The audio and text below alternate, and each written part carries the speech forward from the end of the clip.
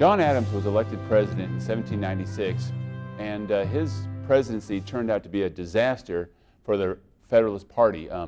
John Adams was a man of great integrity, and he often ignored public opinion and followed his own conscience, and the result was often disastrous for his administration and for his party. What happened during his presidency was the country found itself in an undeclared war with the nation of France. And instead of rallying the country to his support, all Adams managed to do was to actually strengthen the Republican Party, his opponents, and increase or spread the notion that the Federalist Party were a party of tyrants and monarchists who are bent on oppressing the American people. In the election of 1800, the Federalist Party was soundly defeated, and the Republicans not only won control of Congress, but they also won control of the newly constructed White House. And Thomas Jefferson was elected as the third president of the United States. The popularity of President Jefferson, especially in his first term, resulted in the collapse of the Federalist Party, which became a party that was a regional party found in New England and New England alone.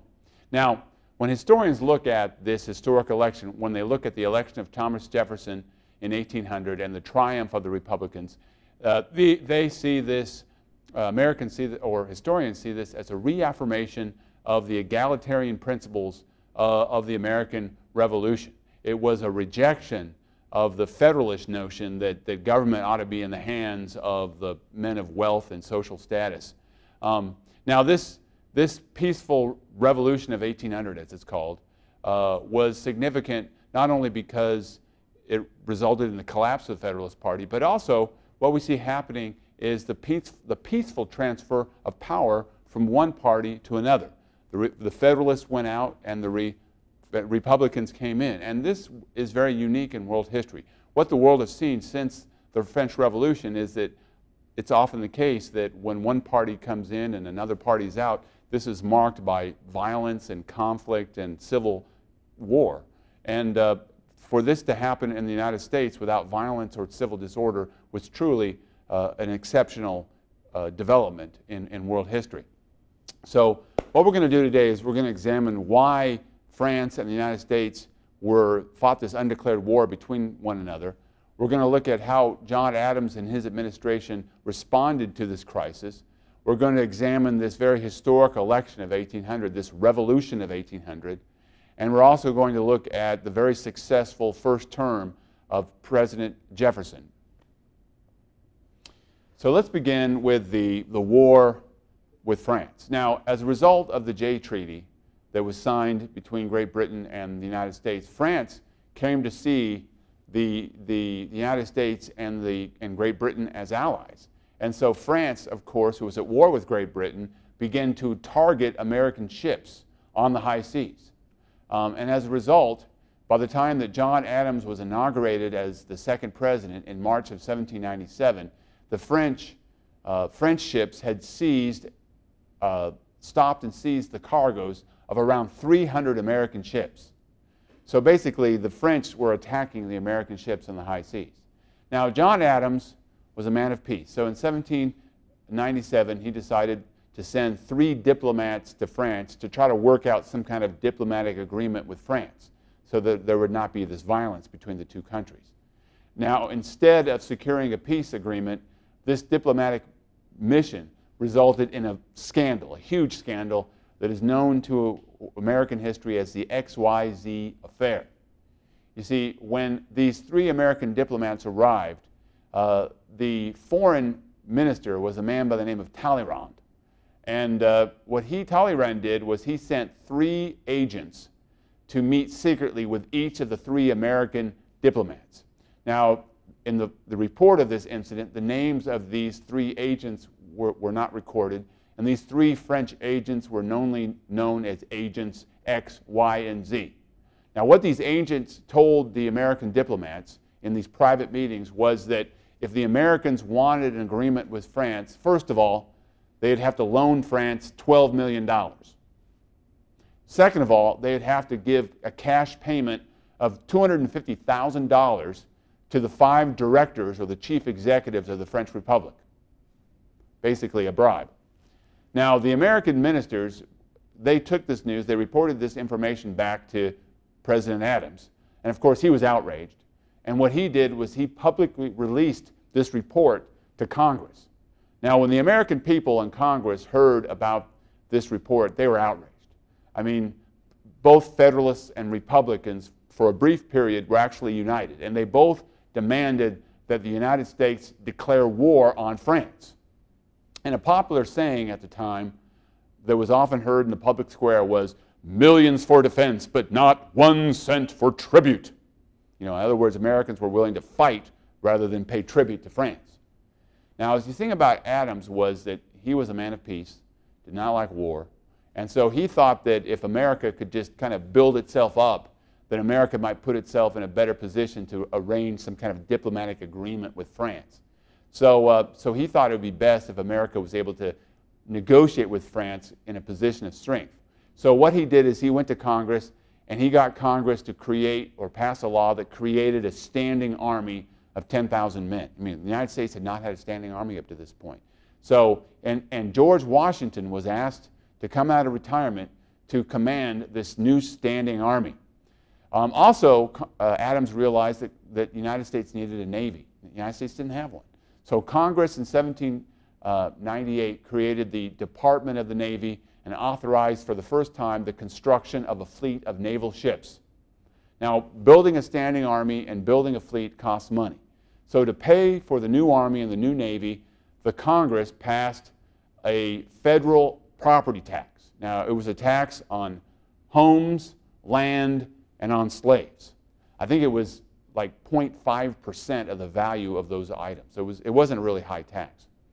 Now, in the years that followed, between 1798 and 1799, the new United States Navy, they did a great job. And they fought against the French in a series of battles that is known as the Quasi-War, because war was never officially declared against France.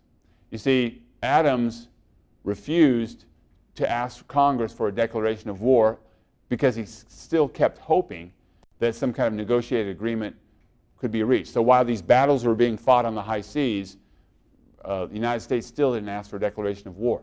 Now, at first the Republicans were all behind Adams, but as time went on, many Republicans suspected that Adams and the Federalists in Congress were only using the war as an excuse to justify the expansion of the federal government and to raise federal taxes. Remember, Republicans did not want an expanded federal government. They opposed a standing army, and they didn't like federal taxes. So many Republicans viewed this standing army as a direct threat to the liberty and the rights of the American people and a threat to Republican government.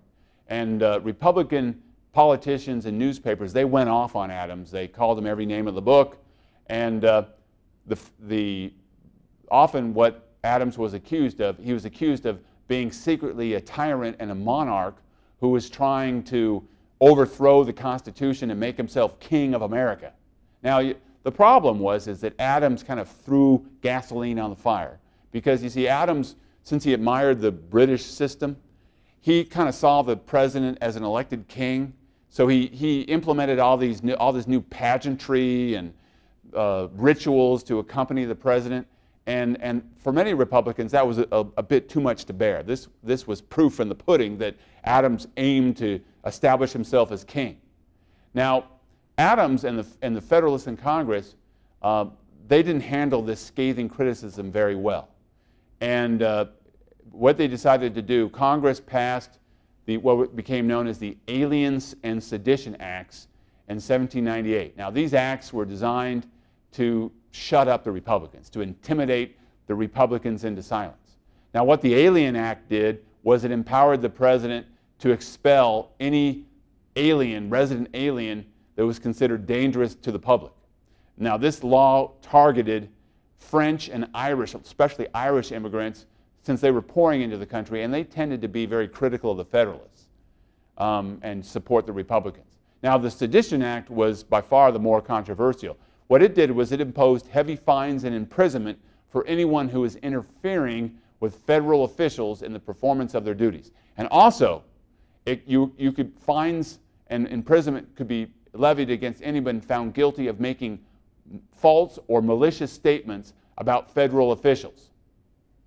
Now, under the terms of this law, the federal government ended up only prosecuting about 25 people, and only 10 were convicted of violating the Alien and Sedition Acts. Now, one of the most prominent was a man by the name of Matthew Lyons. He was a congressman from Vermont, and he was actually fined $1,000 and sentenced to 4 months in prison.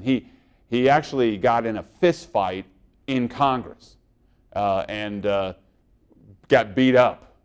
And interesting story about Lyons. He was actually an Irishman who came to America as an indentured servant and had become a successful farmer and a congressman. Now, Republicans, they were outraged by the Alien and Sedition Acts, and they saw especially the Sedition Act as a direct violation of the First Amendment right to free speech.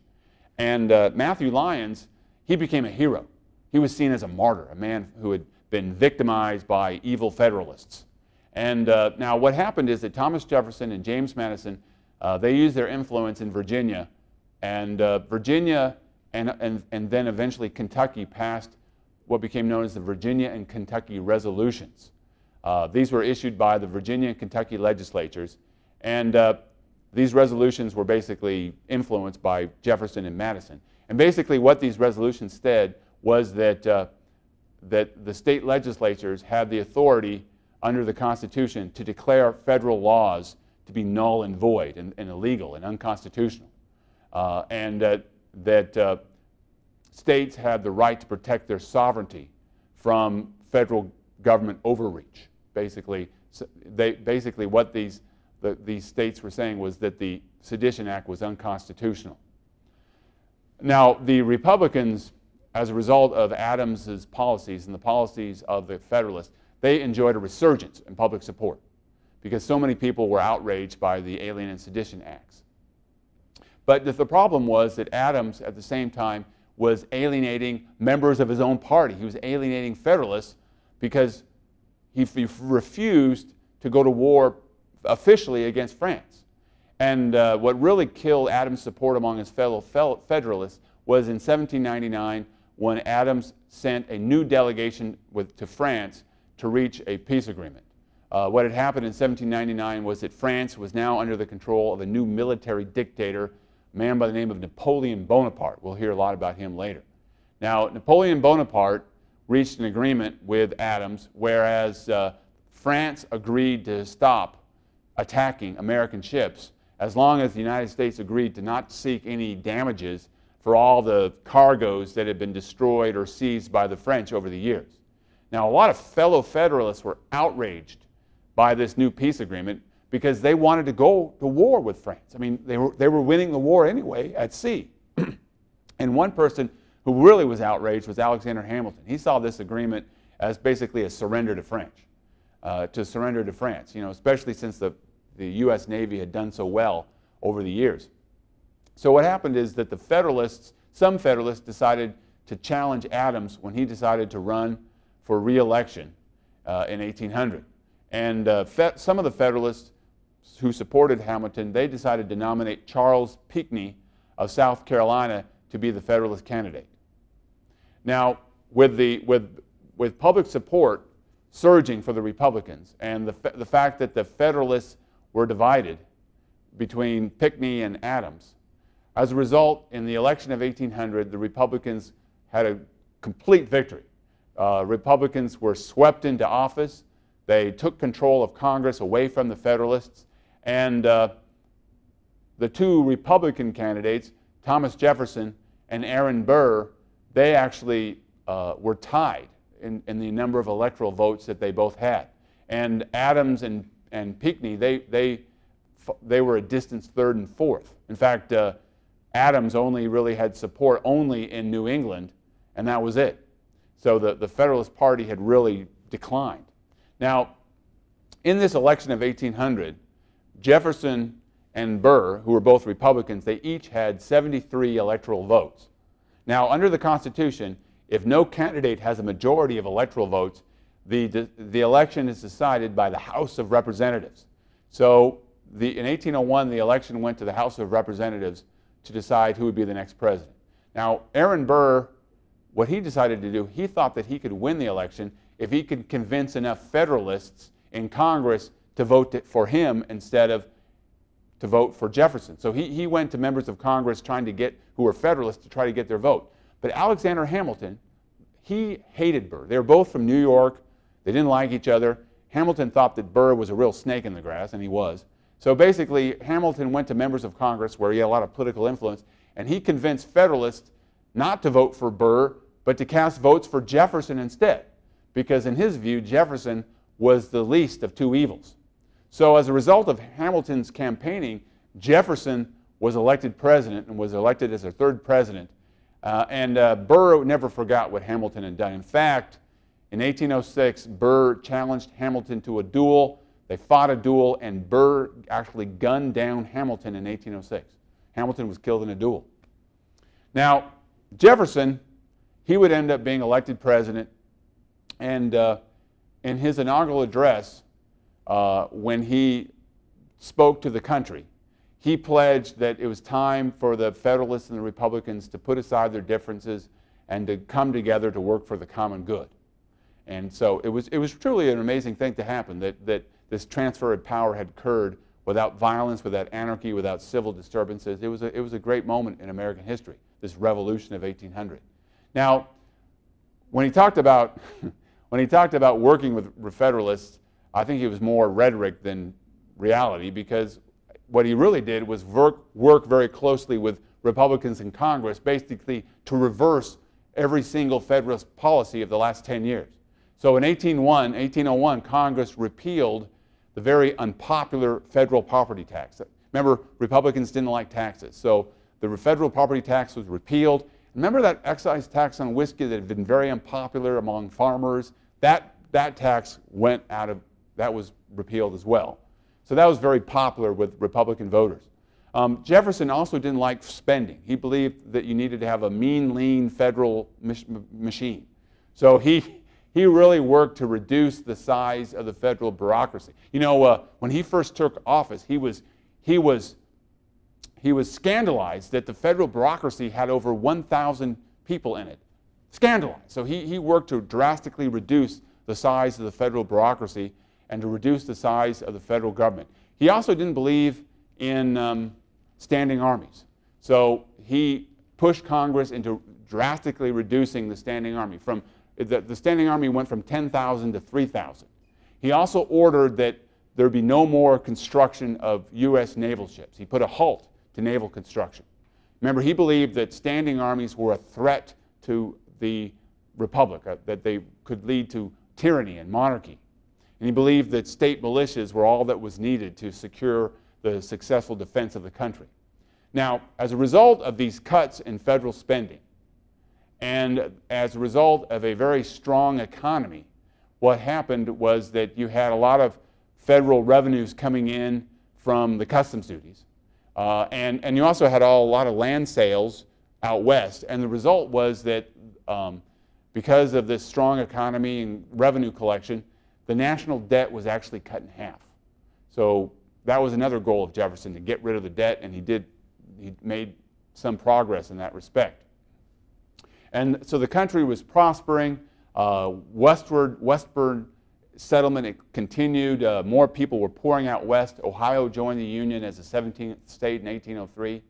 And as a result of a strong economy and some foreign policy successes, Jefferson's popularity soared, and support for the Republican Party soared.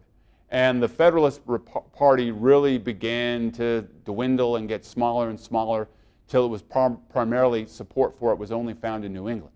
So that's another part of the Revolution of 1800, was that the Federalist Party just disappeared, and the Republican Party became basically the only party. Now, one of the great foreign policy successes that Jefferson enjoyed was that he stood up to foreign aggression. He stood up to what were called the Barbary pirates. The Barbary coast was the southern shore of the Mediterranean Sea, what is today Libya and Algeria and Morocco and Tunisia.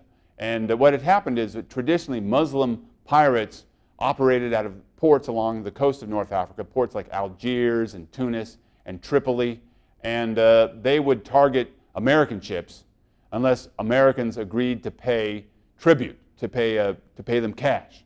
Remember, they were Muslims, and they believed that these folks were infidels, and therefore it was perfectly okay to attack them and force them to pay tribute. Now, Jefferson, he wasn't about to pay tribute. He believed in free trade and freedom of the seas.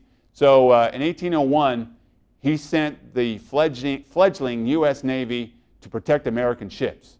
And so America was fighting this ongoing war against these Barbary pirates, and they enjoyed great success. In fact, in 1805, the new U.S. Marine Corps, which newly created, in 1805, in Tripoli, in what is today Libya, they defeated the Muslim pirates there, and the Pasha of Tripoli, the ruler of Tripoli, agreed to stop attacking American ships and to release all American hostages, and he agreed to do all this for only $60,000. He had been asking $300,000, so we got him down to $60,000, so that was considered a big victory for America.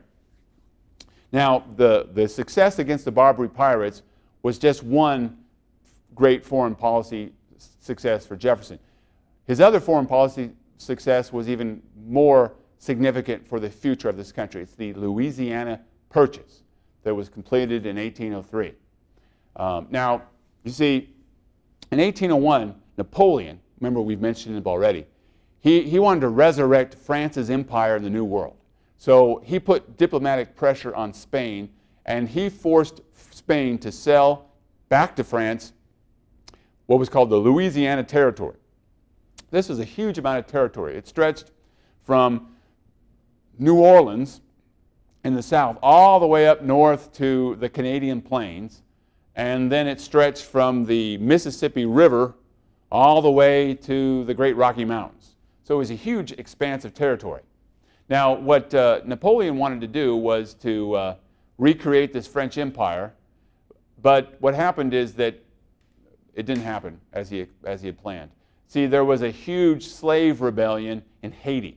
Haiti belonged to France, and it was mostly inhabited by African Americans, African slaves, and they revolted against French rule.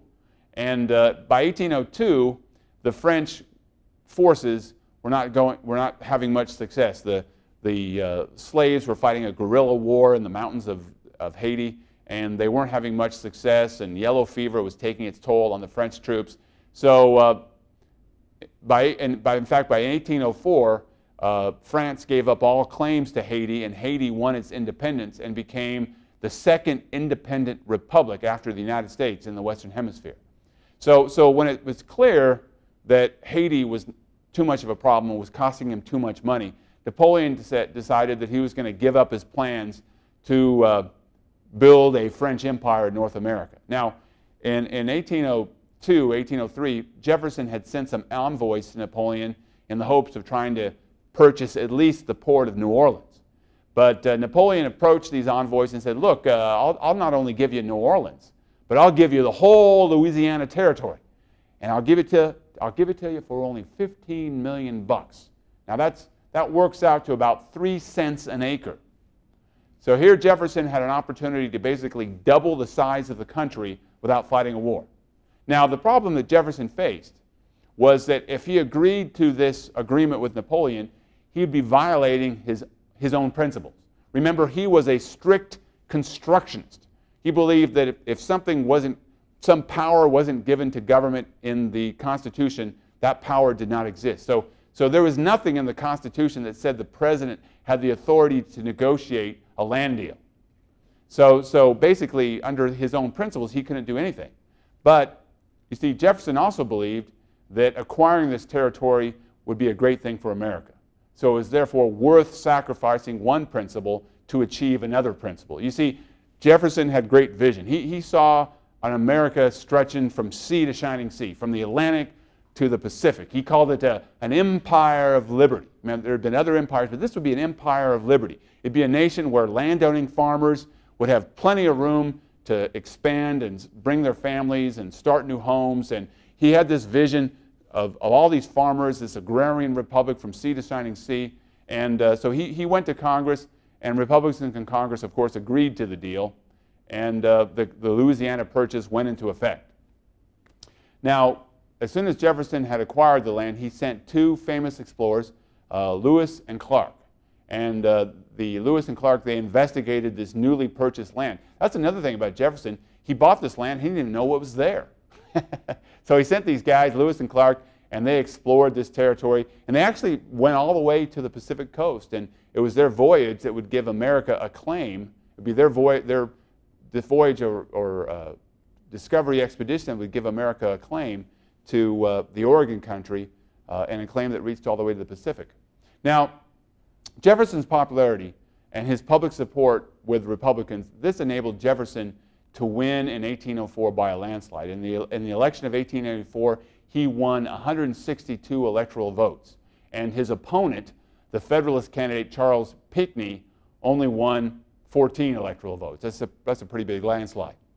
So, as we'll see, Jefferson's second term would not be nearly as successful as his first term.